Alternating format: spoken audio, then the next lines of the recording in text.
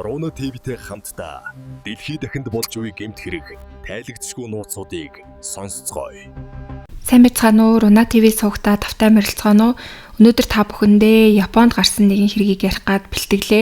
Солонгос улсад сүүлийн үед олонний танил болон оддуудын дунд нэлээд алдартай болоод байгаа биеийн бууруулахад дэмжлэг үзүүлдэг MaxCut Pro гэдэг бүтээгдэхүүнийг танилцуулж байна. Энэхүү бүтээгдэхүүн нь хоол идсэний дараа цусан дахь сахарын хэмжээг тэнцвэржүүлэх, мөн дасгал хөдөлгөөн хийх эсвэл хоолны дэглэм бариад эрч хүчээ алдаж ядарсан хүмүүст эрч хүч нөхөх, мөн хөссөн хоолоо идснийхээ дараа тус бүтээгдэхүүнийг хэрэглэснээр өөх тос нүүр сусыг задлан биеийн торимтлуулахгүйгээр жин хасахад тусалдаг бүтээгдэхүүн байна. Та бүхэн бүтээгдэхүүний талаар орц найрлага, дэлгэрэнгүй мэдээллийг нь бүтээгдэхүүний Facebook болон Instagram хуудаснаас нь авч болох юм. 2022 оны 8 сарын 9-ний оройн 9 цагийн үед Японы Aichi мужийн Инуяма хотын уулын замаар явж байсан нэгэн эрэгтэй хачирхалтай дүр зургийг олж хардаг. Нэг машин яг одоо цаашаагаа унах гэж байгаа мэт хадны ирмэг дээр тогтсон байжсэн. Маш их гайхсан эрэгтэй тэр даруй цагдаад мэдгдсэн бөгөөд ирсэн цагдаа нар шалгаж үзэхэд тухайн машин осолд орж баруун урд дугуйн замаас гарсан байдалтай харагдаж байсан. Гэвч цагдаа нарт нэг зүйл маш с ิจ гтэй харагдсан. Осол болсон ямар ч уулмөр орчинд нь байгаагүй, мөн ямар ч эд зүйлс олдоогүй. Ер нь осол болсон бол эд зүйлс машины гадна цацагдаж хаягдсан олддог.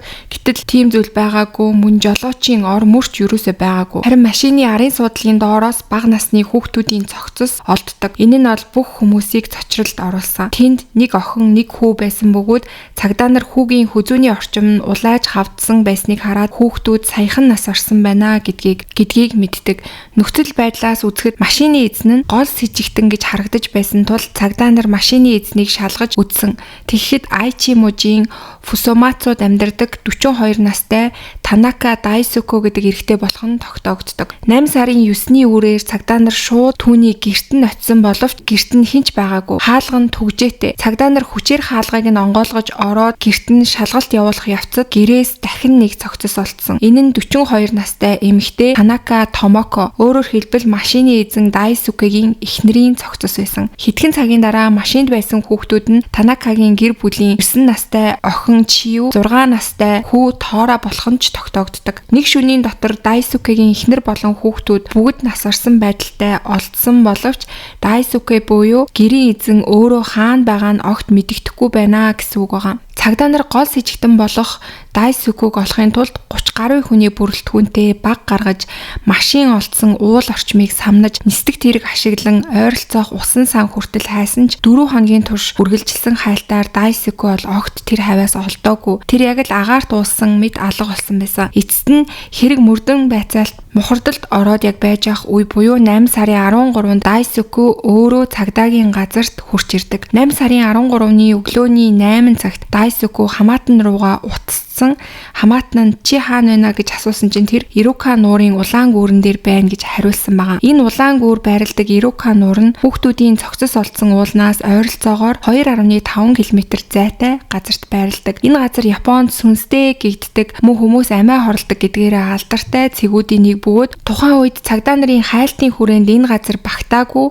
Тэг энэ газраар бол цагдаа нар хаагаагүй байсан. 2.5 км гэдэг бол тийм хол зай биш боловч цагдаа нар бол энэ хаваар хаяа гэсэн санаа төрөөгүй байршил байсан бололтой. Зэг авсан хамаатан нь тэр даруй улаан гүр рүү очиж Дайсукийг дагуулan шууд цагдаагийн газарт авчирсан байсан. Дайсуке өөрийн эхнэр болон хүүхдүүдийг алсан гэдгээ хүлээн зөвшөөрсөн. Тэр бүгдийг нь алчгаад өөрөө ч гэсэн амиа хорлоё гэж ботсон боловч бүтлгүйдсэн тул бууж өгсөн гэж цагдаа нарт мэдүүлж байгаа. Түүний хэрэг ил болсны дараа ойр дотны хүмүүс нь маш их цочирдсан. Учир нь тэр гэр бүлдээ маш үнэнч сайн аав гэдгээрээ алдартай танигдсан тийм хүн байсан. Хөшүүд нь түүнийг хүүхдүүдээ маш их хайрладаг аав гэж дурсаж байсан бөгөөд түүний гэр бүлийг аз жаргалтай, эв найрамдалтай гэж хардаг байсан тухайга олон хөшүүд нь ярьцгааж гэр бүлээ маш их хайрладаг мэт харагддаг Дайсуко яагаад ийм аимшигтай хэрэг үйлдсэн болох нь бол бүх хүмүүсийн анхаарлыг татчихсан. Тэр 29 настайдаа Томокотой танилцж гэрэлсэн бөгөөд аз жаргалтай гэр бүлийн амьдралаа эхлүүлсэн. 3 жилийн дараа тэд анхны охин Чиугээ үлгийдэн аван дахин 3 жилийн дараа хүү Торан төрсөн. Тухайн үед гэр бүлийн санхүүгийн байдал тийм ч сайн байгаагүй ч тэр тогтвортой ажил хийдэг байсан. Хоёр дахь хүүхэд төрсний дараа илүү том байшинд амьдрахын тулд зээл авч өөрийн төрсөн нутаг Фусумацу орчимд байшин өөрөө барьсан. Зээлээ түлхэхийн тулд 7 хоногт 6 өдөр ажиллаж өглөө 5:30-д гарч орой 10 цагт гэртээ ирдэг маш завгүй хуваартай ажиллаж амьдарч исэн. Гэсэн ч тэр хүүхдүүдтэй хизээж хайхрамжгүй ханддаггүй аав байсан. Ганц амралтын өдрөөж хүүхдүүдтэйгээ тоглож өнгөрөөн хүүхдүүдтэй зориулж өөрийн гараар тоглоомын хэрэгсэл хүртэл хийж өгч исэн. Эхнэр нь ч гэр бүлдээ туслахын тулд эмнэлэгт ажилладаг байсан. Тэднийг мэддэг хүмүүс Дайсуку гэр бүлдээ үнэнч сайн нөхөр, сайн аав гэж үнэлдэг байсан бөгөөд тэр маш завгүй байсан ч тосхны үйл ажиллагаанд оролцдог идэвхтэй оршин суугч байсан. Түүний нэр хүнд бол тосгондоо нэлээд сайн байсан. Эхнэртэйгээ харилцаач сайн, заримдаа хэдийгээр маргалддагч энэ нь бол энгийн гэр бүлийн жижиг сажиг л маргаан шиг харагддаг байсан. Гэвч хэрэг гарахаас 1 сарын өмнөөс бүх зүйлс өөрчлөгдөж эхэлсэн. Тэр гинтл 1 сарын өмнөөс эхнэрийнхээ үйлдэлүүдэд эргэлзэж эхэлсэн. Нэг л мэдхэд эхнэр нь өөрийг нь тагнаж байна гэж бодох болсон. Учир нь эхнэр нь заримдаа гэрлийн асаалттай орхих, компьютероо унтраахгүй байх зэрэг энгийн зүйл хийдэг. Энэ нь бол түүнийг тагнах төхөөрөмж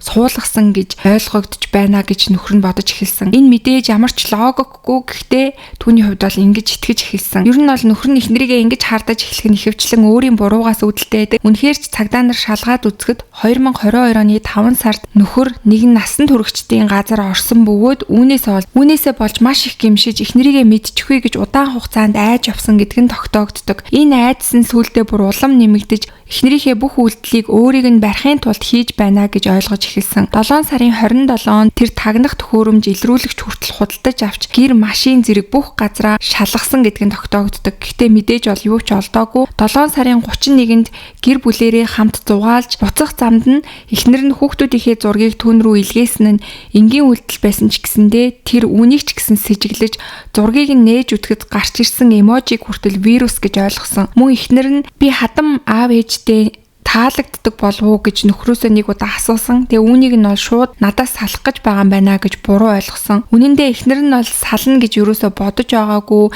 гэр бүлээ хэвийн амьдралтай гэж боддог байсан бөгөөд зуны амралтаар аялал хийхээр төлөвлөж байсан нь ч сүүлд илэрдэг. Харин 8 сарын 9-ний өглөө Дайсуку эхнэрээсээ чи тагнах төхөөрөмж суулгасан уу гэж асуудаг. Эхнэр нь бол энэ маш их гайхаад үгүй гэж хариулсан ч тэр итгээгүй. Маргаан үүнээс үүдэж эхлээд ууралсан тэр эхнэрийнхээ хоолойг боож амь насыг нь хөнөөсөн гэдгээ бол цагдаа нарт хэлдэг. Эхнэрийнхээ амь насыг хөнөөсний дараа хүүхдүүдээ машинд суулгаж аав нь ээжийнх нь амь насыг хөнөөчлөө гэдгээ бол шууд хэлсэн гэж байгаа. Гэхдээ хүүхдүүд нь маш их мэдээж уйлж эхэлсэн.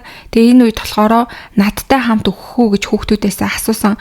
Хүүхдүүд уйлж байсан бөгөөд тэр мэдүүлэхдээ хүүхдүүдээ бол зөвшөөрсөн гэж хэлж байгаа. Гэхдээ энэ бол мэдээж худлаа ярьж байгаа гэдэг нь бол ойлгомжтой. Тэр охиноо хутгалж хүүгээ боож амь насыг нь хөнөөсөн байгаа. Уул руу яваад машинаа тэнд орхиод өөрөө ч өгөхийг оролцсон ч чадаагүй амьд үлдсэн бөгөөд улаан гүрэн дээр хэд хоног амьдарсан гэдэг нь ил болсон. Тэнд гал түлсэн, үсээ тайрсан уул мөрмөн гар хүзүүн дээрх шарах нь өөрийгөө алахыг оролцсныг бол харуулж исэн. Тэр эхнэрээ санамсаргүй амь насыг нь хөнөөсөн, хүүхдүүдээ ч гэсэн алсан гэдгээ бол тэднийг зовоохоос хамгаалсан гэж хэлж байгаа. Эхлээд эхнэрийнхээ амь насыг бол санаандгүй хөнөөсөн. Тэгээ дараа хүүхдүүд маань ээжгүй яаж амьдрах юм гэж бодоод хүүхдүүдийнхээ амь насыг хөнөөсөн гэж хэлж байгаа. Өмгөөлөгч нь түүнийг сэтгцийн асуудалтай гэж үзсэн ч прокурор бол түүнийг хариуцлах хүлээх чадвартай хүн гэж үзсэн. Ингээд 2024 оны 6 сарын 25-нд шүүх хурлаар тэр бүх гин буруугаа хүлээн зөвшөөрсөн бөгөөд прокурор бол 30 жилийн ял оноохыг хүссэн. Эхнэрийнх нь ээж охин минь хизээч сална гэж хэлж байгаагүй гэж шүүх хурал дээр бол хэлсэн.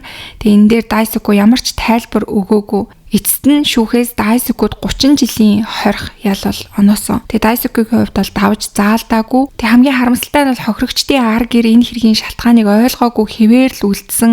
Тэр эцээ хүртэл бүр бодит нарийн шалтгаануудаа бол хэлээгүй. Гэр бүлээ хайрладаг мэт харагддаг хүний үйлдсэн энэ аимшигтай хэрэг нь олон хүнийг бол цочирдуулсан. Томокогийн гэр бүлийнхэн бол охиноо үнэхээр аз жаргалтай 2 хүүхэдтэйгээ нөхөртөөгөө сайхан амьдардаг л гэж боддог байсан. Ерөөсөө тэдний гэр бүлд асуудал байгаа гэдгийг огт мэдж байгаагүй гэж хэлсэн. Гэтэл нэг л өдөр гинтхэн охин болоо охиных нь 2 хүүхэд харамсалтайгаар хүргэнийх нь гарт амь насаа алдсныг сонсоод бол бүр үнэхээр хүнд цочролт орсон гэж тэднэр хэлж байгаа. Тэгээ эцэст нь хулгайч өөрөө айдаг гэдэг Японы үг байдаг. Тэгээ яг энэ үг бол энэ хэрэгтэй нэлээд зохицож байгаа гэж бодож байгаа. Хэрв тэр өөрийн алдаатай нүүр тулах зоригтой байсан бол энэ бүх зүйл өөрөөр эргэх боломж байсан байж магадгүй. Эхнэрээсээ уучлалт гуйгаад үннээ ярьсан бол эхнэр нь уучлаад имчилгээнд яваад ч юм уу гэр бүлээ үргэлжлүүлээд авч явах боломж байсан боловч өөрийнхөө хийсэн тэр буруу үйлдэлтэй гимшээд тэгээд үүнээсээ олоод бүр эсэргээрээ эхнэрээ хардаж сэрдээд хизээ баригдах гэдгээсээ айснаасаа бол өөрийн энэ хий хоосон төсөөлөлтөд автаж гэр бүлийнхнийхээ амь насыг хөнөөсөн маш аимшигтай харгас ийм хэрэг байла. За ингээд өнөөдөр та бүхэнд бэлтгэж хүргэсэн хэрэг маань энд хүрээд өндөрлж гин. Тэгээд та бүхэн өөрт төрж байгаа сэтгэгдлүүдээ комент хэсэгт бичиж үлдээгээрэй. За тийм мөн сувг дээрээ лайк, subscribe дарахаа битгий мартаарай. Дараагийнхаа дугаараар удахгүй эргээд уулзцгаая.